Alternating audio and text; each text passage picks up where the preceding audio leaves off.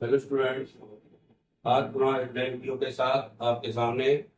आज आप देख रहे हैं कि मैंने कल आपको अम्ल भी बता दिया और एल्डिहाइड बता दिया। आज बारी है कीटोन की कि आखिरकार कीटोन को हम कैसे बनाते हैं, कैसे इनके नाम करते हैं। तो कीटोन का मैंने जो संरचना सूत्र आपको बताया, समान सूत्र, वो होता है R R C double bond O. ये होता है कीटोन। क्या होता है? कीटोन। आर के स्थान में हम आर भी लिख सकते हैं और आर डैश भी लिख सकते हैं, यानी समान सूत्र ऐसा भी इसका लिख सकते हैं, C double bond O. Double bond क्यों लगा है? क्योंकि यहाँ कार्बन की वैलेंस में कार्बन की गिनती पूरी करनी है, इसलिए यहाँ पर डबल बॉन्ड लगाया गया है। अब बात आती है इनके नामकरण की। आखिरकार इनके नाम हम कैसे करते हैं, इसके बारे में आपको ध्यान देना है। सबसे पहली बात है, आग जब लगता है तो मैंने बताया था एल्किल मूलक के रूप में हम लगा सकते हैं, और यहाँ पर एल्किल भी लगा सकते हैं और एरिल मूलक भी लगा सकते हैं। यानी एल्किल या एरिल कोई भी मूलक लगा करके एकदम सी ओ लिखेंगे तो वह बनेगा आपका, क्या बनेगा? कीटोन बनेगा। इसको ऐसा लिख दो, या फिर ऐसा भी लिख सकते हो, आर सी ओ आर। इसमें भी कोई दिक्कत नहीं है, डायरेक्ट लिखना हो तो ऐसा लिख दीजिए, डबल बॉन्ड से लगाना हो संयुक्ता पूरी करते हुए तो ऐसा भी लिख सकते हैं। ये हो गया कीटोन। अब बात आती है आखिरकार इनके नाम हम कैसे करते हैं। तो इनके ध्यान दीजिए, कीटोन जो होते हैं दो प्रकार के होते हैं। एक होते सममित या समान कीटोन, एक होते हैं असममित या असमान कीटोन। बात आती है सममित की। यदि हम यहाँ पे आर के स्थान में CH3 लगाएं और यहाँ भी CH3 लगाएं, सी डबल बॉन्ड हो, या लिख दो इसको ऐसे, CH3 CO CH3, ऐसा लिख दो, चाहे इस तरह से लिख दो। तो बता दें आपको, इसमें मेथिल लगे हैं और मेथिल समान मूलक लगे हैं, यानी एक समान मूलक जब एक समान लगे हों तो उसके सामने एक शब्द आता है, उसे लगाते हैं डाई। डाई माने होता दो, डाई मीन्स हो गया दो। और मूलक का नाम लगाएंगे तो मूलक का नाम यहाँ पे है मेथिल, तो डाई मेथिल आएगा। और चूंकि सी को क्या पढ़ते हैं कीटोन, इसका नाम आ जाएगा कीटोन, और नाम बन गया डाई मेथिल कीटोन। क्या बन गया? डाई मेथिल कीटोन तैयार हो गया। और इसका नाम बता दूं आपको, एक और नाम है, डाई मेथिल नहीं कहेंगे तो इसको कहते हैं एसीटोन। ये भी साधारण नाम है, एसीटोन के नाम से भी इसको जानते हैं। तो चाहे डाई मेथिल कीटोन कह दो और चाहे आप एसीटोन कह दो, एक ही नाम है। इस हिसाब से हमें कीटोनिक ग्रुप का प्रयोग करना है और बनाना है। अब बात आती है, यहाँ पे CH3 लिख दें और मान लो हमने CH5 लिख के CO लिख दिया, ये हो गया असममित या असमान कीटोन। असममित कीटोन होता है, असममित कीटोन के अंदर अगर देखें तो ये मूलक अलग है और ये मूलक अलग है, एक समान मूलक तो नहीं है। जब समान मूलक होंगे तो सममित कीटोन होगा, समान मूलक होंगे या असमान मूलक होंगे तो वो होंगे असममित कीटोन। अब इसका नाम करने के लिए हम बता दें आपको, एल्किल मूलक में देखते हैं सबसे छोटा नाम किस मूलक का है। जिस मूलक का नाम छोटा होगा उसको हम सबसे पहले लिखेंगे और बड़े मूलक का नाम लिखकर अंत में कीटोन लगा देंगे। इस तरह से इसका नामकरण करते हैं। छोटे मूलक से तात्पर्य हमारा यह है जिसमें कार्बन की संख्या कम होगी वह छोटा मूलक होता है, और कार्बन की संख्या यदि अधिक है तो बड़ा मूलक होता है। इसमें छोटा मूलक क्या है? मेथिल है। तो यहाँ तो हम लगा देंगे मेथिल, और चूंकि एथिल लगा है दूसरा बड़ा मूलक, तो एथिल लगाया, मेथिल एथिल, और यहाँ आ जाएगा कीटोन। इसका नाम होगा मेथिल एथिल कीटोन। अब आप कहिए कि एथिल मेथिल नाम देंगे तो नहीं दे सकते, क्योंकि छोटे मूलक का ही नाम पहले आता है, बाद में बड़े मूलक का नाम लिख करके हम उसका नामकरण करते हैं। जब इसके हम IUPAC नाम पढ़ाएंगे जिसका नाम अलग तरीके से होगा, वो हम अलग बताएंगे। अभी मात्र हम साधारण नाम ही बता रहे हैं। अब मान लीजिए हमने यहाँ लगा दिया C6H5, ये हो गया कौन सा मूलक? एरिल, और यहाँ लगा दिया CH3 और C डबल बॉन्ड O। थोड़ा ध्यान देते आइएगा और इनके नाम सब लिखते आइएगा। जब इनको लिखेंगे तो निश्चित रूप से आप इनको कर पाएंगे। अब छोटा मूलक इसमें देखिए, कार्बन संख्या सी एक ही है, तो सबसे पहले छोटे मूलक का नाम यानी मेथिल पहले आएगा, ये मेथिल लिखते हैं। और चूंकि C6H5 को मैंने अभी पढ़ाया था एनिल मूलक, इसको फेनिल भी कहते हैं और इसको बेंजीन भी कहते हैं। तो फेनिल लिख दो और चाहे बेंजीन लिख दो और अंत में कीटोन देना पड़ेगा। इसमें फेनिल या बेंजीन कुछ भी ले सकते हैं, तो मेथिल फेनिल कीटोन लिखते हैं या मेथिल बेंजिल कीटोन लिख दो, ये दोनों नाम में कोई दिक्कत नहीं है। लेकिन पहले छोटे मूलक का ही नाम लेना पड़ेगा, तब जाके बड़े मूलक का नाम देंगे। हम मान लेंगे C6H5 C6H5 CO6H5 इस तरह से लिख दिया। वही चाहे ऐसा लिख दे और चाहे ऐसा लिख दे, C6H5 C6H5 और C डबल बॉन्ड। क्या दोनों में अंतर है क्या? एक से है ना। क्योंकि ये कौन सा ग्रुप है? फेनिल समूह है, तो इसको फेनिल के लिए क्या नाम देंगे? क्योंकि दो लगे हैं एक समान, इसलिए इसको डाई फेनिल कह दो या डाई बेंजिल कह दो। डाई फेनिल या डाई बेंजिल, और अंत में नाम क्या देंगे? कीटोन का। इस हिसाब से इसका नाम करेंगे और कीटोन का नामकरण ऐसे करते हैं। हम कोई भी सूत्र लिखते हैं और उन सूत्रों को आसानी से बनाते चले जाएंगे और आपको बनाना है। मान लो हमने लिखा C4H9 C3H7 और C डबल बॉन्ड।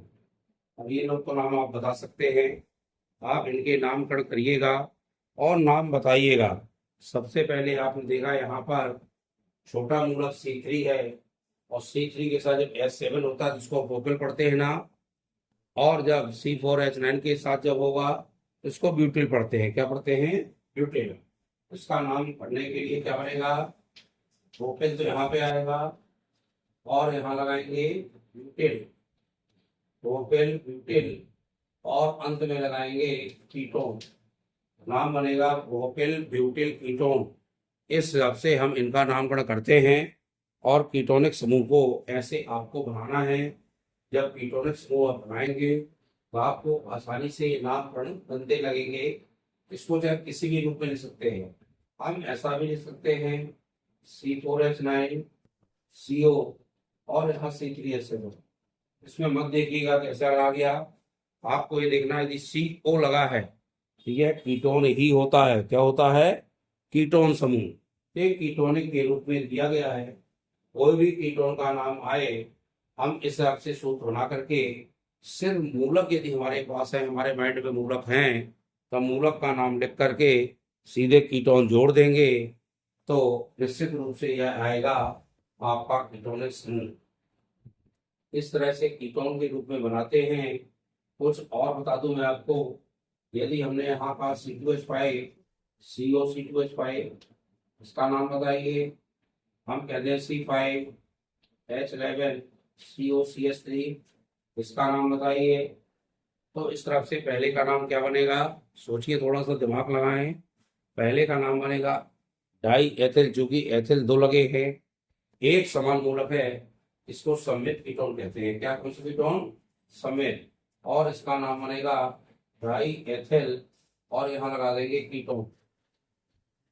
नाम बन गया डाई एथिल कीटोन बन गया ना। और इसका चूंकि ये छोटा मूलक है, इसका नाम पहले आएगा मेथिल आएगा, पेंटिल पढ़ते हैं तो पेंटिल आएगा, और अंत में कीटोन। ये थोड़ा ध्यान रखिएगा। C के 6 आ जाएं और H के 13 और C2H5 लगा दें और C डबल बॉन्ड O लगा दें। अब C के 6 H के 13, ये मत सोचिएगा C के 6 बार देख लें तो इसको फेनिल लिख दो। ये फेनिल नहीं है, कि H के भी आपको देखना है। H में आपके यहाँ 13 लगे हैं, तो कौन सा होगा? ये होगा हेक्सेल। 6 में हेक्सेल बनता है ना, इसका नाम हेक्सेल होगा। और चूंकि छोटा मूलक एथिल लगा है तो नाम बनेगा एथिल हेक्सेल कीटोन। क्या नाम होगा? Ethyl hexyl ketone. इस तरह से इसका नाम करेंगे। और नामकरण करने के लिए कीटोनिक के नामकरण हमने बता दिए। इस तरह से कीटोनिक के नामकरण आपको करना है और कीटोन ढेर सारे लिखना है। जब उदाहरण के रूप में बहुत सारे आप लिखेंगे तो निश्चित रूप से आपसे ये अच्छे तरीके से बनने लगेंगे और आप इनको भूलेंगे नहीं। मैंने तरीका आपको पूरा बता दिया किस तरीके से आपको लिखना है, और जब आप इस तरीके से लिखेंगे तो आप आसानी से नामकरण के नियम और जो सूत्रों का बनाना है वो सूत्र बड़े आसानी से आप देख पाएंगे और बना पाएंगे। स्वयं भी बनाना चाहिए, बनना चाहिए। तो इस तरह से कीटोन का करते हैं। मेरी समझ से कीटोन आपको कंफर्म हो गया होगा। कीटोन के बाद अगला हम चलते हैं, अगला सदस्य कौन सा आता है, क्रियात्मक समूह। अगला क्रियात्मक समूह भी अच्छे से आप देख लें। ये आपका अभी मैंने बताया कीटोन, सबसे पहले दिन बताया था मैंने एल्कोहल के पूरे सदस्य, फिर मैंने दूसरे एल्डिहाइड और अम्ल के बताए हैं। आज तीसरे दिन मैंने आपको कीटोन के सदस्य बताए हैं, और कीटोन के बाद अगला सदस्य मैं लेता हूँ ईथर, क्योंकि मिलते मिलते इसलिए बता रहा हूँ आपको। इसका होता है ROR। अब इसमें CO नहीं है, C और लग जाता तो बन जाता आपका क्या, कीटोनिक। अब इसमें सिर्फ O लगा है, ROR ईथर कहलाते हैं। ये भी दो प्रकार के होते हैं। उसी प्रकार से इसमें भी आप समान या सममित ईथर होते हैं और असमान या असममित ईथर भी होते हैं। यदि हम एक समान मूलक लगा दें तो ये देखिए एक समान में वही शब्द आएगा क्या, डाई लगेगा, और विस्मान आ जाएंगे। विस्मान में छोटे मूलक का नाम पहले और बाद में बड़े मूलक का नाम लिखेंगे। इस तरह से आप कोई भी चले आए, C6H5O6H5। अब देख लीजिए, यदि एक समान लगे हैं तो डाई लगाकर मूलक का नाम लिखेंगे और मूलक के बाद आप ईथर जोड़ देंगे। और यदि विस्मान है तो छोटे मूलक का नाम पहले लिख दीजिए, बाद में बड़े मूलक का नाम लिख करके ईथर आप जोड़ देंगे। क्योंकि इसमें दो मेथिल लगे हैं, दो के लिए एक शब्द आता है डाई।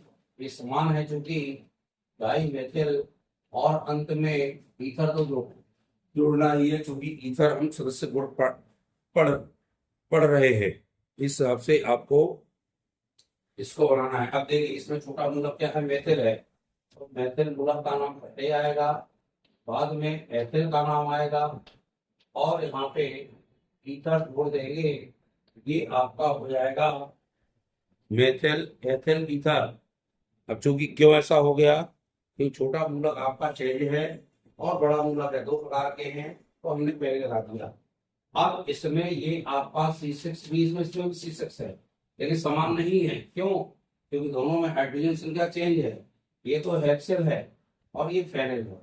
इसको लिखेंगे फेनिल, हेक्सेल और ईथर। और ये चूंकि समान है इसलिए दोनों में नाम क्या देंगे, डाइफेनल, और यहाँ लगा देंगे ईथर। इस हिसाब से ईथर के नाम भी करते हैं। ईथर के नाम और कीटोन के नाम लगभग एक से हैं। दोनों में सम्मित असम्मित होते हैं, समान और विसमान प्रकार के। ये समान प्रकार के बता दिए। समान प्रकार में एक शब्द आता है, डाई लगाते हैं। विसमान में चले छोटे मूलक को लिखेंगे, बाद में बड़े मूलक का नाम दे करके ईथर शब्द जोड़ देंगे, और कीटोन के यदि होगा तो कीटोन जोड़ देंगे। तो इस हिसाब से आपको ये आपके तैयार होते हैं। ईथर के भी आप तैयार करिएगा, इसको भी आप तैयार करें। ऐसा भी इसको लिख सकते हैं CS3 और यहाँ पे को लगा सकते हैं। ये ईथर के रूप में आ सकते हैं। यदि डबल लगेगा तो फिर आपका क्या बन जाएगा, वो कीटोन बनेगा। C के साथ यदि होगा और सिर्फ O लगा है तो सिर्फ O क्या है आपका, ये आपका ईथर है। तो ईथर और कीटोन मैंने आपको अब दो बताए हैं, दोनों को आप अच्छे से देखिए और इनके बारे में पढ़िए। इस प्रकार के सूत्रों को लेके अपना बनाएं। मूलकों के नाम आप स्वयं लिखें और स्वयं सूत्रों के हिसाब से तैयार करें, और उनके नाम भी आप करें। जब दोनों के नाम लिखेंगे तो आपको अंतर समझ में आएगा। मूलक आप पढ़ चुके हैं पूरे लेकिन तक, मूलकों के सूत्र लिख लें, इस तरफ उस तरफ लिख करके उनके नाम बनाएं, और कमेंट में मुझे बताएं कि आपको क्लियर हुआ कि नहीं। जब आपको ये क्लियर हो जाए तो बहुत अच्छी बात है। इस वीडियो को हमेशा लाइक शेयर किया कीजिए, सब्सक्राइब किया करिए, और जब अपने दोस्त हों उनको भी शेयर करें। ताकि वो भी अच्छे से इसको देख सकें और उनको भी ये चीज बनने लगे। ये आपका चैप्टर थोड़ा सा बच्चों को कठिन लगता है, इसलिए मैं इस चैप्टर पर ज़्यादा जोर देता हूँ। और ये आप अच्छे से सीखिए, सीख करके कमेंट में मुझको बताइए कि क्लियर हो गया कि नहीं। वीडियो को सब्सक्राइब लाइक जरूर करिएगा। बहुत बहुत धन्यवाद।